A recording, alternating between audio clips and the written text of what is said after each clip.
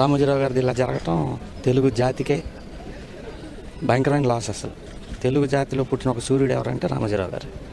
పత్రికల్లో కానీ, సినిమాల్లో కానీ, అసలు వ్యాపారంలో కానీ, హోటల్స్లో కానీ, దేంటైనా ఒక స్టాండర్డ్ మెయింటైన్ చేసేవాళ్ళు. నేను డైరెక్టర్ అవ్వడానికి కారణం రామోజీరావు గారు. ఆయన వల్లే నేను డైరెక్టర్ అయ్యాను. నా ఫస్ట్ సినిమా చిత్రం ఆయనే ప్రొడ్యూసరు. 20 నిమిషాల్లో ఓకే చేశారు ఆయన. మెయిన్ ఏంటంటే రామోజీరావు గారికి ఒక సిస్టమ్ ఉంది, పద్ధతి ఉంటుంది. ఏం చేసినా సరే పద్ధతి ప్రకారం జరుగుతూ ఉంటుంది.